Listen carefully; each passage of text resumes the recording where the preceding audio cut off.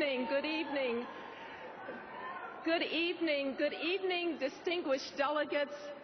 Good evening, fellow Republicans. Good evening, my fellow Americans.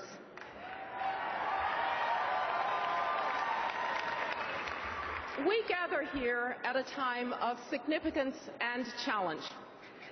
This young century has been a difficult one. I can remember as if it were yesterday when my young assistant came into my office at the White House to say that a plane had hit the World Trade Center, and then a second plane, and then a third plane, the Pentagon.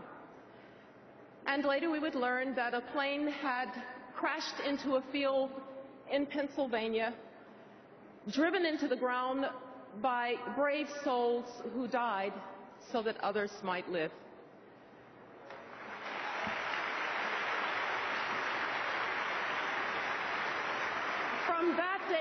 From that day on, our sense of vulnerability and our concepts of security were never the same again.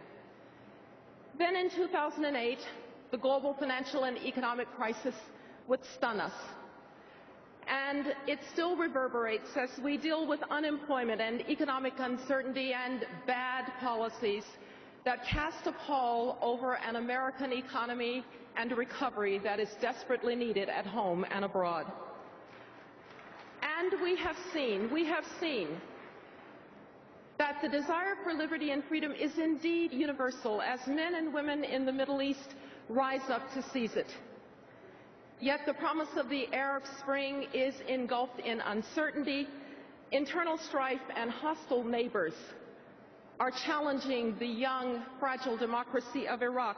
Dictators in Iran and Syria butcher their people and threaten regional security.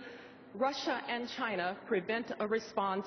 And everyone asks, where does America stand?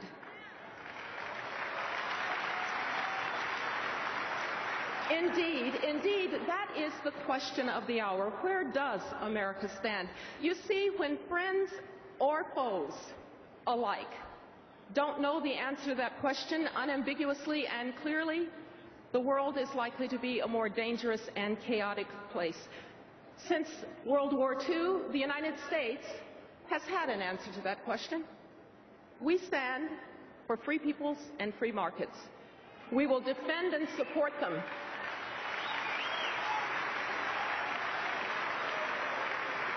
We will sustain a balance of power that favors freedom.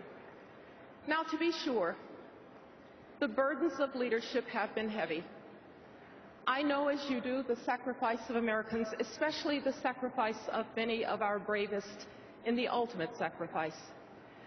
But armed forces are the sure shield and foundation of liberty, and we are so fortunate that we have men and women in uniform who volunteer.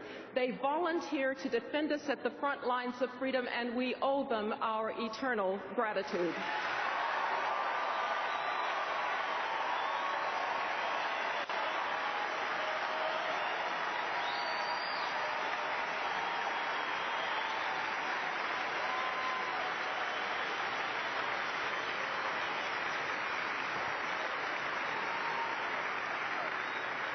I know, too, that it has not always been easy, though it has been rewarding, to speak for those who would otherwise not have a voice.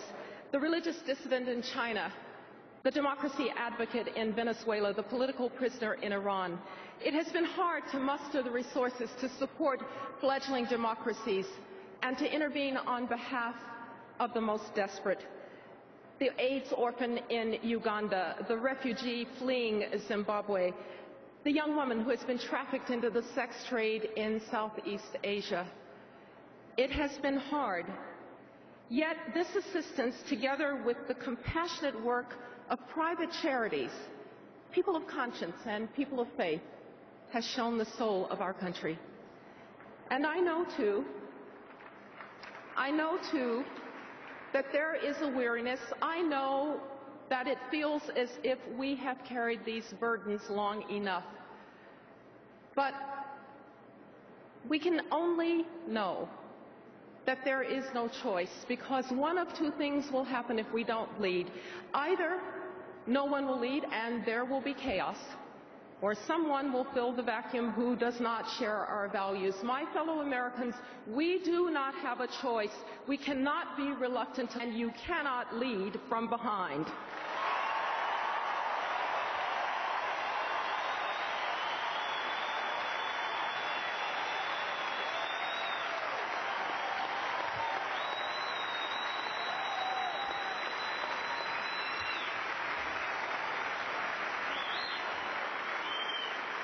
Mitt Romney and Paul Ryan understand this reality.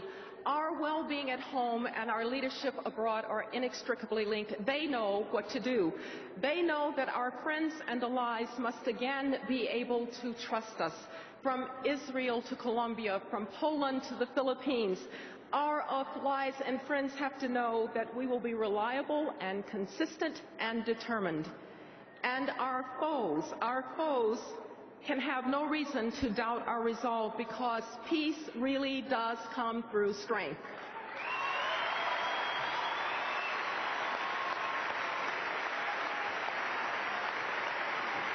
Our military capability and our technological advantage will be safe in Mitt Romney's hands.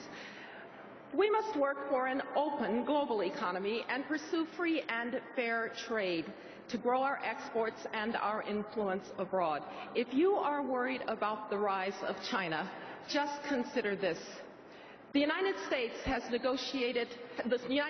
ratified only 3 trade agreements in the last few years, and those were negotiated in the Bush administration.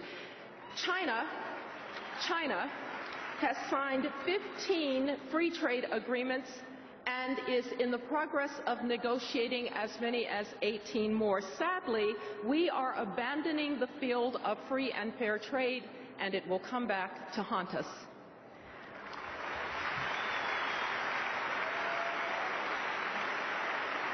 We cannot allow the chance to attain energy independence to slip from our grasp.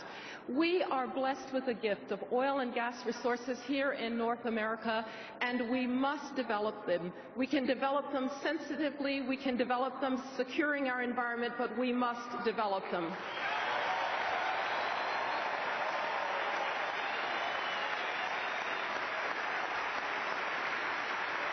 And we have the ingenuity to develop alternative sources of energy too. But most importantly, Mitt Romney and Paul Ryan will rebuild the foundation of our strength, the American economy, stimulating private sector growth and stimulating small business entrepreneurship.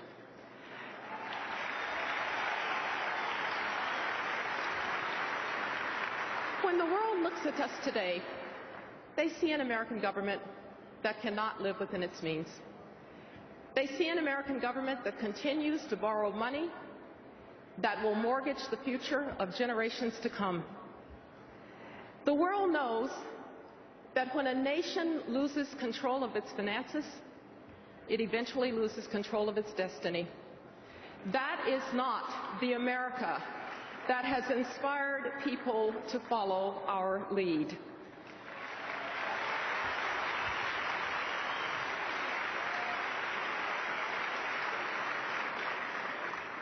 After all, when the world looks to America, they look to us because we are the most successful economic and political experiment in human history. That is the true basis of American exceptionalism. You see, the essence of America, what really unites us, is not nationality or ethnicity or religion. It is an idea. And what an idea it is. That you can come from humble circumstances and you can do great things. That it does not matter where you came from, it matters where you are going.